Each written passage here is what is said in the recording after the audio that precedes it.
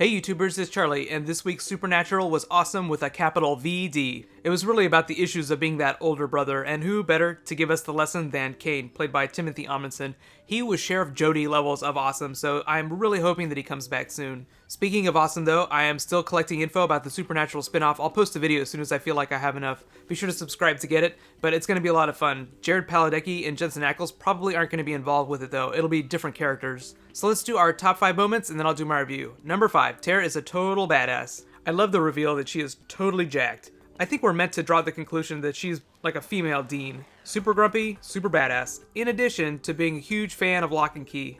There's all kinds of clues you can draw from that comic book being used. I mean, it's a story about a family moving into their ancestral home after the father dies, and it turns out that it has all these supernatural qualities, but it might just have been a nice nod from the writers. I was really bummed to see Tara go though, she was so much fun, but the minute she broke that seal, I totally expected one of Abaddon's minions to just blow right through the door. Number 4, Castiel's PB&Js. Yeah, I'd like to order a PB&J. Please hold the molecules. It seems like in all of Castiel's first scenes each week, the music has this really playful quality that lets you know he's going to be doing something really silly, like you're waiting for a cat to do something funny. His speech about missing things like food from his time as a human is really touching, but I don't ever remember seeing him eat PB&Js a lot. That might have just been cut out during the edits though. I'm sure there is an outtake reel on someone's hard drive with Misha Collins just eating PB&J after PB&J.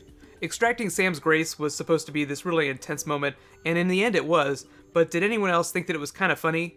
I was just picturing Misha Collins behind the scenes holding this, fake needle up to Jared Padalecki's neck for an hour and a half between takes, and then just looking at each other. I just thought that was really funny. Number 3, you're good, but I'm Crowley. This was the best line of the episode, and Mark Sheppard was on fire per usual. Even though Dean and Sam are the lead characters, the villains get all the best lines, Timothy Omundson included. Tom Hiddleston even said that when he went to audition for Thor, Kenneth Branagh, the director, told him to audition for Loki instead just because it would be so much more fun. Whenever I saw that Crowley was going to be in that fight though, I did expect him to kind of use some Loki moves like illusion, misdirection. I don't really see the King of Hell being a brawler like Dean. Number 2, Kane speechifying. I'm a huge fan of Timothy Omundson from Psych, so seeing him get to play this epic character was so much fun. Even better that he had some secret power over Crowley. I mean, it all turned out to be an act in the end, but the speech about the bees was really important.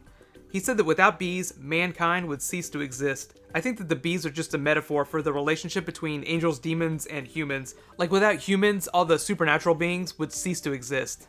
And my number 1 moment, Kane passes the mark to Dean. This is important for a couple of big reasons. First, Dean can use the blade to kill Abaddon now, but also, remember what happened to Kane and his wife Colette during the episode. Abaddon possessed her, so in order to kill her, he also had to kill his wife. Now, rewind to the last episode when they expelled Gadriel from Sam. Castiel had to burn off Sam's anti-possession tattoo to let Crowley in. See where I'm going with this? Also, Kane said that he was only able to save his brother Abel by killing him. So it's possible that Abaddon will possess Sam, forcing Dean to kill him to get Abaddon. Don't freak out yet, because Dean has also never been able to allow his brother to die, so I don't think that he'll be able to go through with it. It's just one possible outcome. Also, big question, what was that price that Kane mentioned, the price that came with wearing the mark?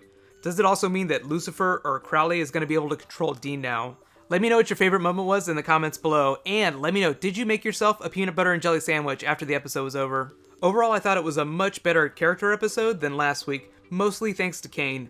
Whenever they announced the character description as the original Knight of Hell, I got really excited, so I've been looking forward to this for a while. The bees were such a nice addition to the character though. I kept thinking of the bees as people, like all the angels and demons were keeping people for their sweet, sweet honey. I guess honey in this case would be souls. I didn't really enjoy the Sam needle torture. It felt a little too contrived, and I don't know why they had to use a needle. Couldn't Castiel just have extracted his grace through his mouth? My biggest concerns after all this though are the consequences of Dean wearing that mark and Abaddon possessing Sam. So start saying your prayers now. Next week, they are probably going to get Garth again because DJ Qualls is guest starring. Be sure to subscribe to get my video. It's probably going to be pretty funny. Right now, click here for last week's Supernatural video and click here for my Sherlock Series 4 Q&A. Thank you so much for watching. I'll see you guys tonight. High fives.